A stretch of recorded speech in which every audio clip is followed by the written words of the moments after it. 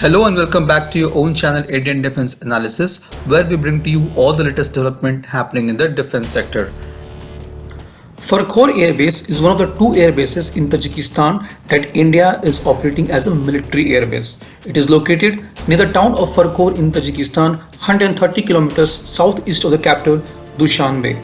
It is operated by Indian Air Force in collaboration with Tajikistan Air Force. Farkhor is India's first and only military base outside its territory.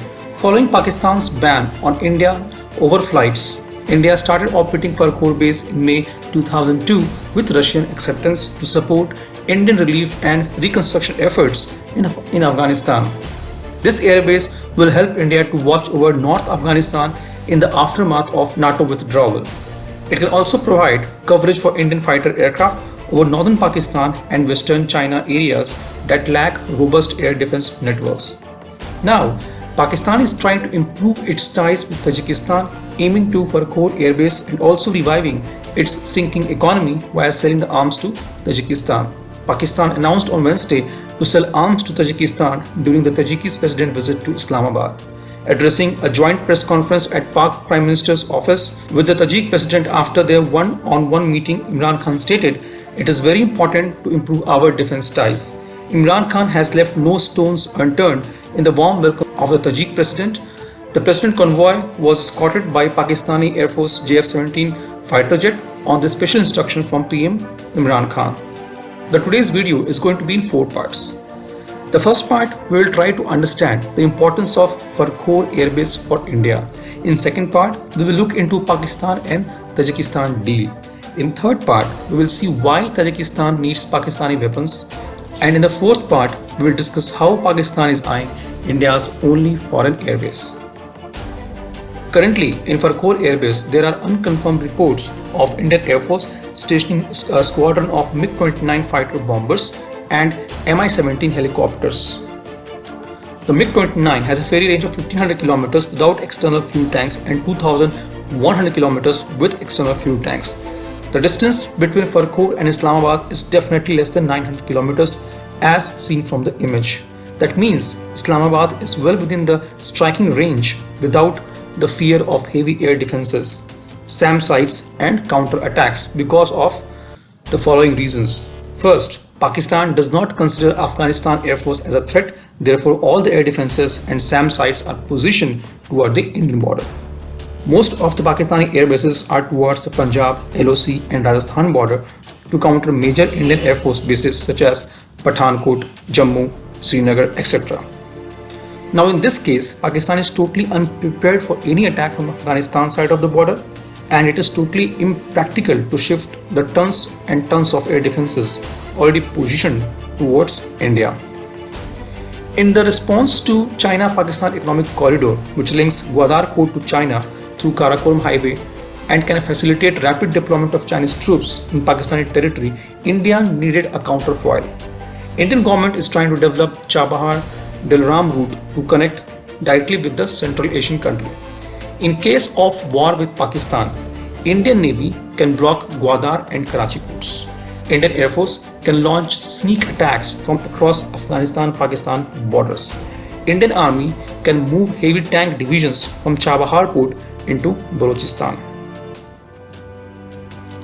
Now looking into Pakistan-Tajikistan deal, in the meeting between Imran Khan and Imran Ali Rahman in Islamabad, a major agreement was signed on the purchase of arms. Pakistan will supply indigenous weapons worth millions of dollars to Tajikistan in the coming days.